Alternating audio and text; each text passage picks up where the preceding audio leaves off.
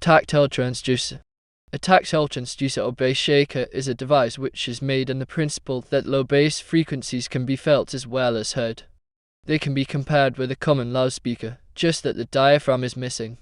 Instead, another object is used as a diaphragm. A shaker transmits low-frequency vibrations into various surfaces so that they can be felt by people. This is called tactile sound. Tactile transducers may augment or in some cases substitute for a subwoofer. One benefit of tactile transducers is they produce little or no noise if properly installed, as compared with a subwoofer speaker enclosure. Applications. A bass shaker is meant to be firmly attached to some surface such as a seat, couch or floor. The shaker houses a small weight which is driven by a voice coil similar to those found in dynamic loudspeakers. The voice coil is driven by a low-frequency audio signal from an amplifier. Common shakers typically handle 25 to 50 watts of amplifier power.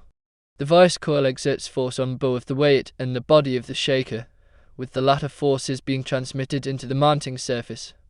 Tactile transducers may be used in a home theater, or video gaming share or controller, commercial movie theater, or for special effects in an arcade game, amusement park ride or other application.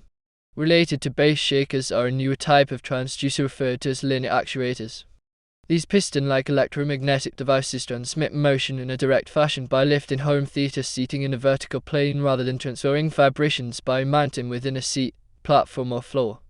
This technology is said to transmit a high-fidelity sound motion augmentation, whereas shakers may require heavy equalization and slash or multiple units to approach a realistic effect.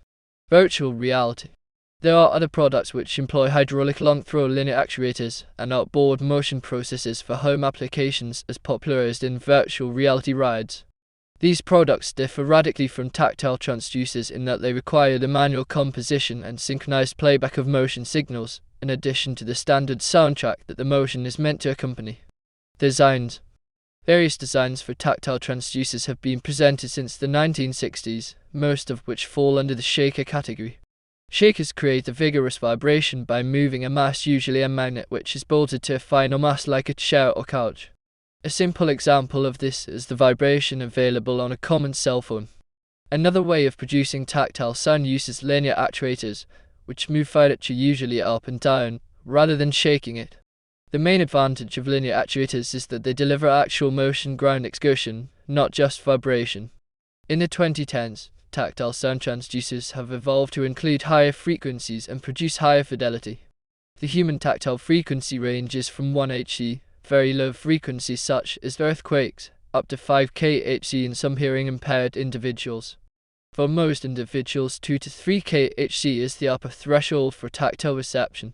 These 2010 devices must have higher resolution than previous shakers to produce these frequencies. Most humans have tactile resolution to 2 Hz, which is the smallest change in frequency that can be perceived. The primary use for this extended bandwidth is to reproduce the vibratory signature from musical instruments such as violins, guitars, the human voice or sound effects in movies, for example, the speeders in Star Wars. Also, higher frequencies may be used to augment hearing through bone conduction, a consideration for people who have compromised their hearing from exposure to loud music. Tactile sound is often used to increase the realism of an artificial environment. For example, mounting a tactile sound transducer in a chair or couch in a home cinema or video game setup can give more of a sense of being there.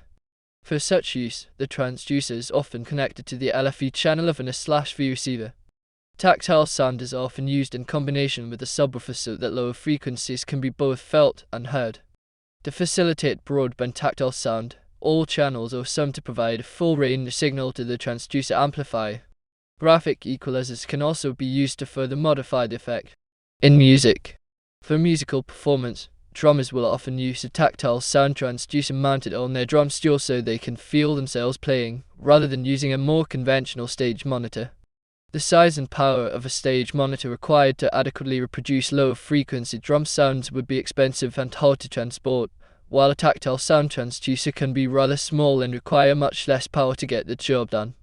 As well, sound engineers may prefer a tactile transducer over a loud, powerful subwoofer monitor cabinet, because a monitor speaker may produce a lot of stage volume.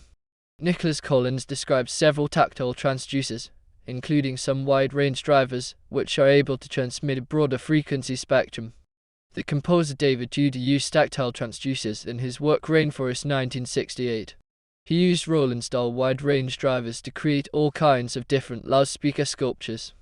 The tactile transducers are attached to large objects such as metal buckets and bring these objects in vibration.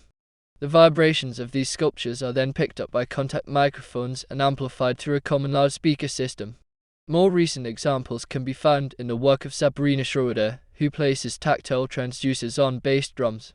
Lynn Pook attaches small tactile transducers in the bodies of the audience members, and Carola Borchold used in her piece Doppelbelichtung for violin 12 so-called violin loudspeakers. These consist of violins hanging from the ceiling, each with a small tactile transducer attached to them.